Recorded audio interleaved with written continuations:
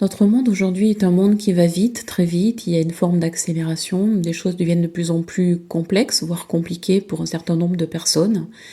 Et paradoxalement, il y a une chose qui semble se simplifier à l'extrême, voire même jusqu'à la caricature, c'est le monde et le domaine de la pensée. On est dans un monde du coup où par rapport à l'accélération, il nous faut comprendre rapidement, réagir, prendre position. En tout cas, nous sommes de plus en plus invités à avoir comme une réponse quasi immédiate sur les faits, les situations, les événements. Donc on pourrait supposer que ce monde est par nature plus clair, où les choses sont identifiables, où il y a des éléments tangibles, raisonnables, c'est-à-dire basé sur la raison et aussi sur le bon sens et certainement sur des connaissances. Et pour autant, la pensée devient caricaturale et sans nous en rendre compte, il me semble que nous sommes arrivés à un endroit où elle est devenue non seulement clivante mais figée, c'est-à-dire elle est à l'arrêt. Elle est comme aux arrêts, c'est-à-dire elle ne vit plus. C'est comme si elle se suffit à elle-même, elle s'écoute penser, elle se regarde penser, et en fait, elle est complètement stérile. Donc, nous sommes arrivés à un endroit où nous pensons moins, ou alors nous pensons à partir de couches, d'habitudes, d'opinions, de cadres, de prêt à penser, de formatage, d'appartenance, d'illusions, et nous adoptons des idées, et donc nous rejoignons un groupe de personnes qui pensent de cette façon plutôt que telle autre, sans avoir nous-mêmes fait l'expérience de savoir, mais cette situation, cet événement, ce récit-là, qu'est-ce que ça me dit à moi? Et quand ça me traverse, ce que je pense, est-ce que je le pense vraiment? Est-ce que c'est vraiment moi qui le pense? Et quelle est la pensée que je peux extraire de ça une fois que ça m'a traversé, que je me suis moi laissé traverser? C'est-à-dire que je deviens la personne qui vit, qui expérimente, qui ressent, qui analyse et qui pense. Parce que, en effet, il est devenu facile aujourd'hui d'adhérer à un courant, une vision, un groupe, un dogme, parce que ça rassure, parce que ça donne une place, une identité, parce que ça nous donne un sentiment d'appartenance et de cohérence, et que l'être humain a ce besoin viscéral depuis la nuit des temps, parce qu'il a peur, il est terrifié par le bannissement. Mais cela a un coût, c'est-à-dire que quand on ne se positionne plus, quand on simplifie à outrance jusqu'à même, je dirais même l'indécence, nous perdons contact avec le réel, avec le fait lui-même. Et on passe du fait de ce qui est factuel à voilà ce que ça me fait, voilà l'histoire que je raconte là-dessus. Alors que le réel, il est la base. Il est le fondement, il est la fondation, il est l'encre. Et nous devons garder ce contact avec le réel. Sinon, nous altérons, nous orientons et nous devenons rigides, voire dogmatiques, voire radicales, voire extrêmes, voire agressifs, voire violents, voire meurtriers.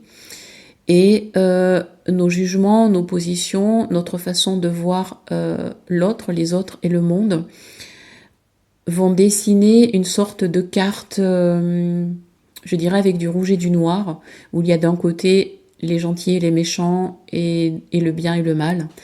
Et là où ça pose problème, c'est quand ces mêmes personnes qui se définissent dans le camp du bien sont ceux qui définissent le bien.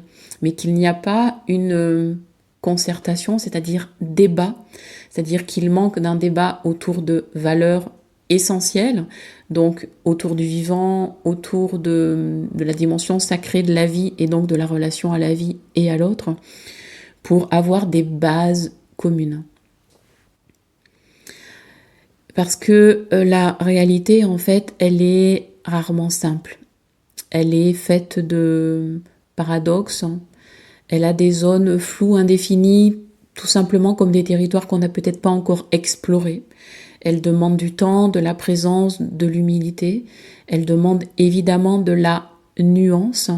Et elle peut être faite aussi cette réalité de tension parce que c'est cet espace où entre des polarités et des opposés, il y a des choix, des désirs, des croyances qui vont être tiraillés et nous tiraillés pour opter ou tendre ou pencher plutôt d'un côté que de l'autre. Donc la nuance, elle est cette espèce de position adulte qui tâche de se tenir au centre tout en regardant des deux côtés.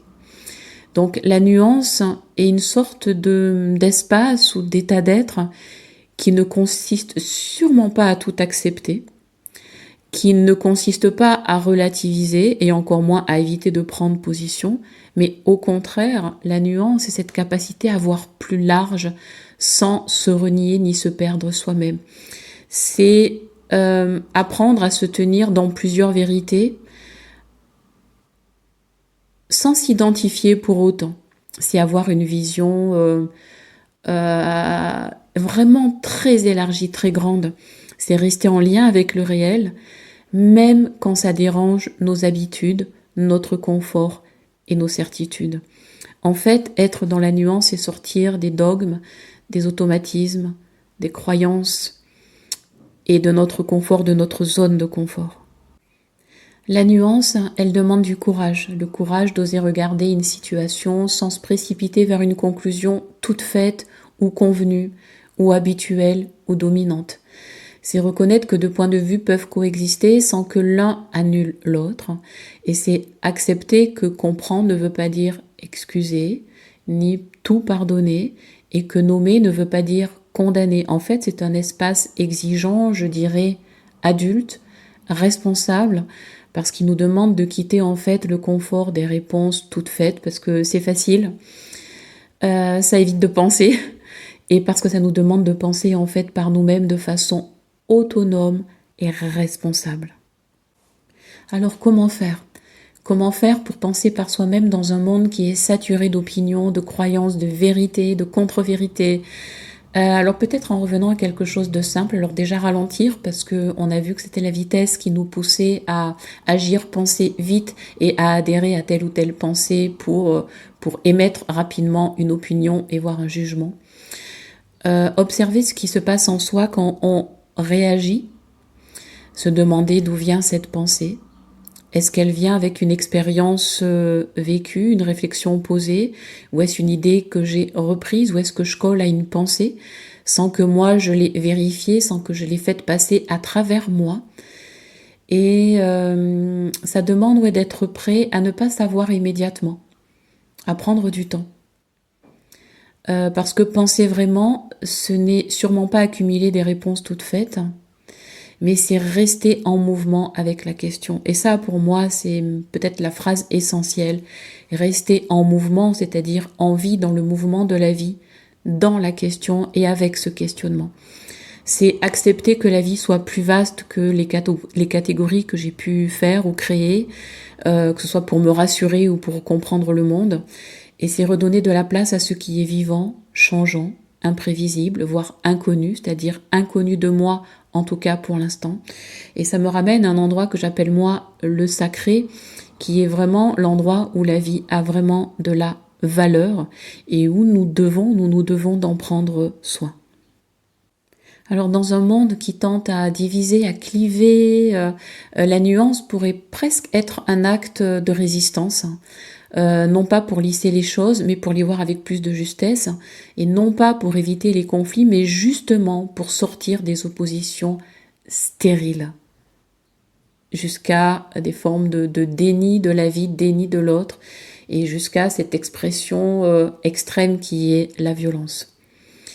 Alors peut-être que la maturité, aujourd'hui, ce n'est pas de savoir de quel côté on se tient, mais déjà de se tenir debout.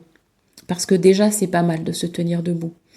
C'est de pouvoir regarder les deux côtés et se tenir dans son axe, sa colonne vertébrale, sa profondeur, et agir, entendre, savoir depuis un endroit plus conscient, plus responsable, plus vivant. C'est-à-dire que la nuance, ce n'est pas quelque chose de tiède ou de faible, ce n'est pas un affaiblissement, c'est une profondeur. Et c'est même une forme de respect pour la vie telle qu'elle est, complexe, imparfaite, mais infiniment plus riche que ce que nos certitudes en disent. C'est à cet endroit que je t'invite à te tenir, dans cette dimension à la fois philosophique, existentielle et spirituelle auquel le mot nuance nous invite à nous tenir au cœur des paradoxes de la vie, de ses contradictions, de ses polarités, de la complexité. Parce que la nuance, paradoxalement, est le seul endroit où on peut revenir à quelque chose de simple.